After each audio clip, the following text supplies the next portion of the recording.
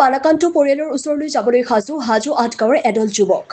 বালাকান্তক শিৱসাগৰ, নাজিৰা, চৰাইদেউ জিলালৈ হাজু আঠগাঁৱৰ এদল যুৱকৰ ব্যতিক্ৰমী পদক্ষেপ।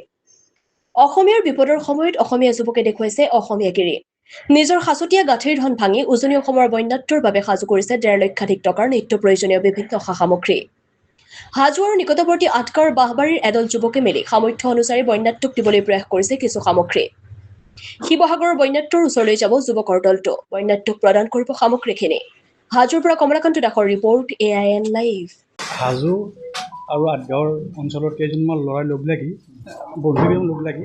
আমি এটা পদক্ষেপ লৈছোঁ। যিখিনি পাৰোঁ আৰু মানে আমাৰ যিখিনি সামৰ্থ্য যিখিনি পাৰোঁ আমি সেইখিনি লৈ অহাকালি আমি শিৱসাগৰলৈ যাম বুলি ভাবিছোঁ।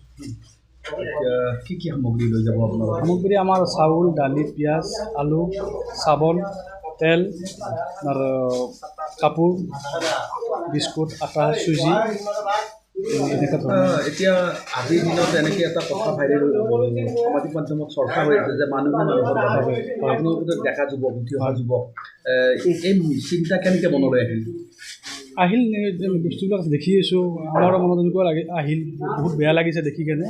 তো সেনেকুৱা হিচাপত আমি আমাৰ বন্ধুখিনি লগ লাগি আমি এটা পদক্ষেপ হাতত লৈছোঁ। আৰু কিমান টকাৰ সামগ্ৰী লৈ যাব আপোনালোকে? আমি প্ৰায় 1.5 লাখ টকাৰ সামগ্ৰী লৈছোঁ। কাপোৰ, খোৱা বস্তু, যিখিনি পাৰোঁ আমাৰ প্ৰয়োজন সাপেক্ষে, মানে সামৰ্থ্য হিচাপে যিখিনি পাৰোঁ আমি সেইখিনি লৈছোঁ। আচলতে মানুহে মানুহৰ বাবে এতিয়াও পাহৰা নাই নেকি? হয়, আচলতে আপোনালোক আটাই জ্ঞাত, সমগ্ৰ অসম আজি কান্দি আছে, য'ত মানুহৰ হাহাকাৰময় পৰিস্থিতিৰ সৃষ্টি হৈছে, য'ত মানুহ উটি গৈছে, বহুত মানুহৰ মৃত্যু হৈছে, গৰু পশুধন বহুত মানে ক্ষতি হৈছে, আপোনালোকে গোটেই আটাই জানে। সেই কথা মনলৈ আহি আমি হাজৰ কেইজনমান উদীয়মান যুৱক আৰু আঠগাঁও বাঁহবাৰীৰ কেইজনমান উদীয়মান যুৱক লগ লাগি আমি বনতৰ কাষলৈ যাব এটা প্ৰয়াস কৰিছোঁ।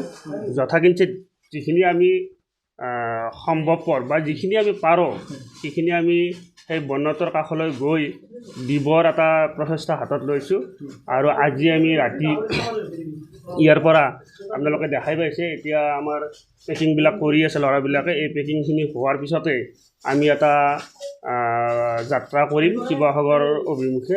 আৰু আমি বনতৰ কাষত গৈ আমি যিখিনি পাৰোঁ আৰু যথাকিঞ্চিত মানে যিখিনি অঞ্চলত হয়তো এতিয়ালৈকে মানুহ যাব পৰা নাই বা গৈছে যদিও মানে পৰ্যাপ্ত পৰিমাণে সামগ্ৰী পোৱা নাই, সেই অঞ্চলবিলাকত যাই আমি দিবৰ কাৰণে এটা চেষ্টা কৰিম।